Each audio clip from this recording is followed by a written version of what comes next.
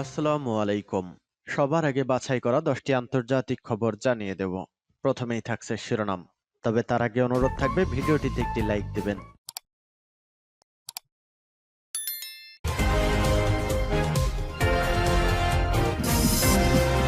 আসসালামু আলাইকুম। সবার আগে বাছাই করা 10টি আন্তর্জাতিক খবর জানিয়ে দেব। প্রথমেই থাকছে শিরোনাম।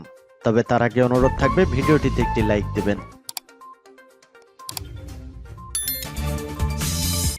জানিয়ে দেব সর্বশেষ আপডেট আন্তর্জাতিক সংবাদ। শুরুতেই শিরোনাম। ইউক্রেনে অশুভকে পরাজিত করবে রাশিয়া, বললেন কিম। পরিস্থিতি গভীরভাবে পর্যবেক্ষণ করছে ইরান। আর্মেনিয়া ও আজারবাইজানের মধ্যে যুদ্ধ হবে না, জানালেন ইরানের প্রতিরক্ষা মন্ত্রী।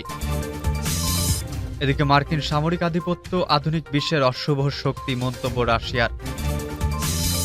লিবিয়ায় বন্যা, সাগরে ক্রমাগত আছড়ে পড়ছে লাশের পর লাশ। দক্ষিণ কোরিয়ায় $500 কোটি যুদ্ধ বিমান বিক্রি করবে যুক্তরাষ্ট্র।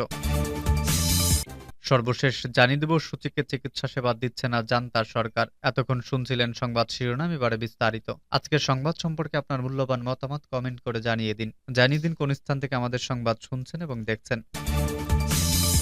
ইউক্রেনে অশুভকে পরাজিত করবে রাশিয়া, বললেন কিম। কমরেড পুতিনের সঙ্গে একসাথে আমরা কোরীয় উপদ্বীপে এবং ইউরোপের সামরিক ও রাজনৈতিক পরিস্থিতির সম্পর্কে একটি বিস্তৃত আলোচনা করেছি এবং এর সিদ্ধান্তে পৌঁছেছি যে নিরাপত্তা নিশ্চিত করতে আমাদের কৌশলগত এবং পরিকল্পিত সহযোগিতা আরও জোরদার করতে হবে। বুধবার রুশ প্রেসিডেন্ট পুতিনের সঙ্গে বৈঠকের পর বলেছেন উত্তর কোরিয়ার নেতা কিম জং উন। পুতিনের স্বাস্থ্য, মহান রাশিয়ার বিজয়, কোরিয়ান রাশিয়া বন্ধুত্ব এবং উপস্থিতি সকলের স্বাস্থ্যের জন্য টোস্টের প্রস্তাব দেওয়ার আগে কিম বলেছিলেন যে তিনি আত্মবিশ্বাসী রাশিয়া ইউক্রেন বিশেষ সামরিক অভিযানে জয়ী হবে। রাশিয়ার সেনাবাহিনী এবং জনগণ অবশ্যই একটি মহান মন্দের শাস্তির জন্য পবিত্র সংগ্রামে একটি মহান বিজয় অর্জন করবে। যারা আধিপত্য দাবি করে এবং সম্প্রসারণবাদী তারা পরাজিত হবে, কিম যোগ করেছেন। পারতপক্ষে যিনি নিজের দেশ ছেড়ে কোথাও যান না সেই কিমই বুলেট প্রুফ প্রাইভেট ট্রেনে চেপে মঙ্গলবার পৌঁছে গিয়েছিলেন রাশিয়ায়। প্রথমে মনে করা হচ্ছিল ইস্টার্ন ইকোনমিক ফোরাম যেখানে বসেছে পূর্ব রাশিয়া সেই ভ্লাদিভস্টক শহরে মুখোমুখি বসতে পারেন কিম পুতিন। পরে দেখা গেল হাসি মুখে দুই রাষ্ট্রপ্রধান পরস্পরকে কর্মোদ্ধার করছেন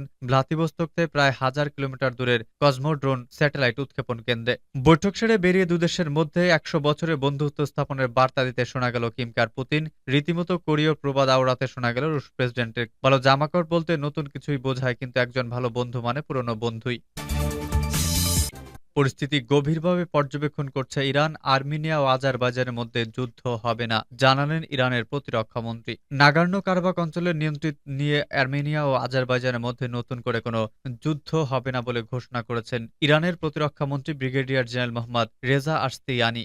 ইরানের উত্তরাঞ্চল দুই প্রতিবেশী দেশের মধ্যে সাম্প্রতিক সময় যখন উত্তেজনা বেড়েছে তখন কথা জানালেন আশতিয়ানি। তিনি গতকাল তেহরানের মন্ত্রী পরিষদের এক বৈঠকে অবকাশে সাংবাদিকদের সঙ্গে আলাপ করছিলেন। তিনি বলেন ককেশাস অঞ্চলে কোনো যুদ্ধ হবে না। ককেশাস অঞ্চলের ভূ রাজনীতির ব্যাপারে তেহরানের অবস্থান স্পষ্ট ও স্বচ্ছ বলে মন্তব্য করেন জেনারেল আশতিয়ানি। তিনি বলেন আমরা আঞ্চলিক ভূ রাজনীতিতে কোনো পরিবর্তনকে সমর্থন করি না। ইরানের প্রতিরক্ষা মন্ত্রী বলেন আমরা আজারবাইজান আর্মেনিয়া পরিস্থিতির উপর গভীর নজর রাখছি। আমাদের পর্যবেক্ষণ বলছে ককেশাস অঞ্চলে কোনো যুদ্ধ বা নাটকীয় পরিবর্তন হতে যাচ্ছে না। এর আগে গত সোমবার ইরানের পররাষ্ট্র মন্ত্রণালয়ের মুখপাত্র নাসির কানানি বলেছেন ককেশাস অঞ্চলে যাতে শান্তি ও নিরাপত্তা বজায় থাকে সেজন্য বাকু ইয়েরেভানের সঙ্গে নিয়মিত যোগাযোগ করে যাচ্ছে তেহরান। তিনি বলেন আর্মেনিয়া আজারবাইজানের পক্ষ থেকে এটি একটি হামলার আশঙ্কা করছে, তবে বাকু আমাদের এই বলে আশ্বস্ত করেছে যে আর্মেনিয়ার সঙ্গে সংঘাতে যাওয়ার কোনো ইচ্ছা তার নেই। 2020 সালের শেষ দিকে আজারবাইজান ও আর্মেনিয়ার মধ্যে এক রক্তক্ষয়ী যুদ্ধে কয়েক হাজার মানুষ নিহত হয়েছিল।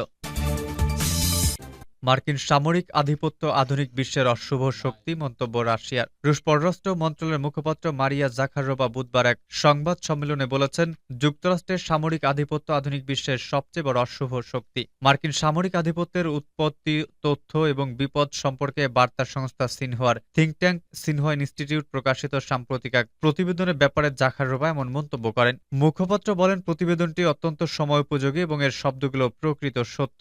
জাখারোভা বলেন মার্কিন সামরিক আধিপত্য বিশ্বের কিছু গুরুত্বপূর্ণ সমস্যার সমাধান এবং দেশগুলোর জন্য সমান অধিকার ও বাধ্যবাধকতাগুলোকে সঠিক করে তুলেছে, আর এটি সামগ্রিকভাবে বৈশ্বিক উন্নয়নকে বাধাগ্রস্ত করেছে। তিনি বলেন এটা কেবলমাত্র বিশ্বের জন্যই ক্ষতিকর নয়, যুক্তরাষ্ট্রের জন্য ক্ষতিকর। জাখারোভা বলেন মার্কিন আধিপত্য স্থিতিশীলতা, বীজ বপন এবং আন্তর্জাতিক সম্পর্কের যৌথ নীতির বিরুদ্ধে কাজ করবে।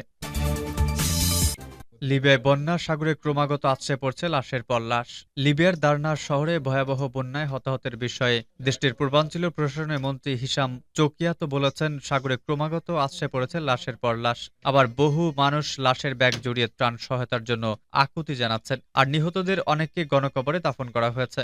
ঘূর্ণিঝড় দানিয়েল রোববার আঘাত হানলে একটি বাঁধ ফেটে গেলে দারনা শহরে বন্যার পানিতে তলিয়ে যায়। উদ্ধারকর্মীরা ভবনগুলোর ধ্বংসস্তূপ থেকে জীবিত মানুষের সন্ধান চালিয়ে যাচ্ছে। হাসপাতাল আর মর্গগুলো সয়লাব হয়ে পড়েছে লাশে। দারনার কাছে একটি হাসপাতালে কর্মরত লিবিয়ার চিকিৎসক নাজিম তাহরুমি বলেছেন, আরও সহায়তা দরকার। তিনি বলেন, হাসপাতালে আমার অনেক বন্ধু আছে যারা তাদের পরিবারের সদস্যদের হারিয়ে গেছে। তারা সবকিছু হারিয়েছে। আমার এমন লোকজনের দরকার যারা পরিস্থিতি বুঝতে পারবে, প্রয়োজনীয় সহায়তা দরকার। এমন কুকুর প্রয়োজনে যারা ঘ্রাণ সুখে মানুষ বের করে নিয়ে আসতে পারবে। আমাদের মানবিক সহায়তা দরকার, এমন মানুষ দরকার যারা জানে তারা কি করছে। তুর্কি গণমাধ্যম লিবিয়ান ডক্টরস ইউনিয়নের প্রধান মোহাম্মদ আল ঘৌস বলেছেন, সেখানে বিশেষায়িত ফরেন্সিক ও রেস্কিউ টিম দরকার। এছাড়া আরেক দল দরকার যারা লাশ উদ্ধারে বিশেষজ্ঞ। মেডিসিনস স্যান্স ফ্রন্টিয়াস বলেছে, মেডিকেল সহায়তার প্রয়োজনীয়তা যাচাই করে এবং জরুরি মেডিকেল উপকরণ ও বডি ব্যাগ লিবিয়ার রেড ক্রিসেন্টকে দেওয়ার জন্য একটি দল আজই দেখা যাচ্ছে। ওদিকে শহরের রাস্তাঘাট কাদার ধ্বংসস্তূপে ঢেকে আছে। রাস্তায় ছড়িয়ে ছিটিয়ে আছে তছনছ হয়ে যাওয়া অসংখ্য গাড়ি। চকিয়ত বলেছে, দারনা শহরে কিছু এলাকা একেবারেই হাওয়া হয়ে গেছে।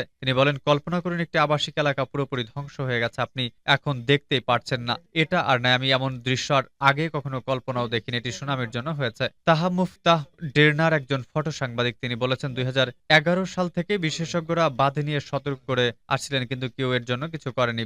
বাঁধটা বিমান হামলার মতো ধ্বংস হয়ে গেছে। তিনি আরো বলেছেন, পানি এখনো বন্ধ হয়নি এবং এর যা পড়ে আছে তা হলো ধ্বংসস্তূপ। বহু মানুষ এখনো পানিতে। দক্ষিণ কোরিয়ায় $500 কোটি যুদ্ধ বিমান বিক্রি করবে যুক্তরাষ্ট্র। দক্ষিণ কোরিয়ার কাছে 25টি F-35 যুদ্ধ বিমান বিক্রির অনুমোদন দিয়েছে যুক্তরাষ্ট্রের পররাষ্ট্র বিভাগ। এক বিবৃতিতে বলা হয়েছে, যুদ্ধ বিমান ও সংশ্লিষ্ট সরঞ্জামের মূল্য $500 কোটি। যুক্তরাষ্ট্রের প্রতিরক্ষা অধিদপ্তরে দেওয়া তথ্য মতে 25টি F-35 যুদ্ধ বিমান বিক্রির অনুমোদনের বিষয়টি কংগ্রেসকে অবহিত করা হয়েছে। কোরীয় উপদ্বীপে দুই কোরিয়ার প্রতিদ্বন্দ্বিতার মাঝে সিউলের সমর্থন করছে যুক্তরাষ্ট্র। এর সমর্থন সামরিক সহযোগিতা পর্যন্ত বিস্তৃত। এর সময় নিয়ে সাম্প্রতিক সময় অঞ্চলের চলমান উত্তেজনা নতুন রূপ লাভ করেছে। মার্কিন পররাষ্ট্র দপ্তর বলছে, যুদ্ধবিমান আঞ্চলিক আগ্রাসন থেকে সুরক্ষা নিশ্চিন্তে দক্ষিণ কোরিয়াকে সাহায্য করবে ও যুক্তরাষ্ট্রের সঙ্গে প্রতিরক্ষা সম্পর্ক জোরদার করবে। নতুন এই জোট আকাশে সিউলের সক্ষমতা বাড়ি তুলবে, ছাড়া এয়ার টু এয়ার এবং এয়ার টু গ্রাউন্ড আত্মরক্ষা ক্ষমতা বাড়াবে। জাতিসংঘের নিষেধাজ্ঞা লঙ্ঘন করে উত্তর কোরিয়ার বারবার ব্যালিস্টিক ক্ষেপণাস্ত্র উৎক্ষেপণ ও কিম জং উনের রাশিয়া সফরের মধ্যে বিক্রির খবর এলো।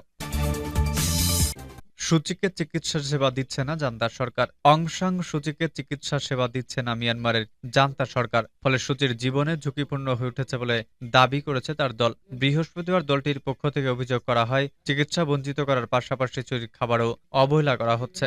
2021 সালের ফেব্রুয়ারিতে মিয়ানমারের ক্ষমা ফের দখল করে সেনাবাহিনী। তারপর থেকে আটক আছেন সূচি। স্থানীয় গণমাধ্যমের খবর অনুযায়ী কারাবন্দী 78 বছর বয়সী সূচি মাথাঘোরা, বমি ও দাঁতের সংক্রমণের মতো অসুস্থতায় ভুগছেন। সূচির দল ন্যাশনাল লিগ ফর ডেমোক্রেসি জানিয়েছে, আমরা খুবই উদ্বিগ্ন। তিনি কোনো চিকিৎসা সেবা পাচ্ছেন, এমনকি তাকে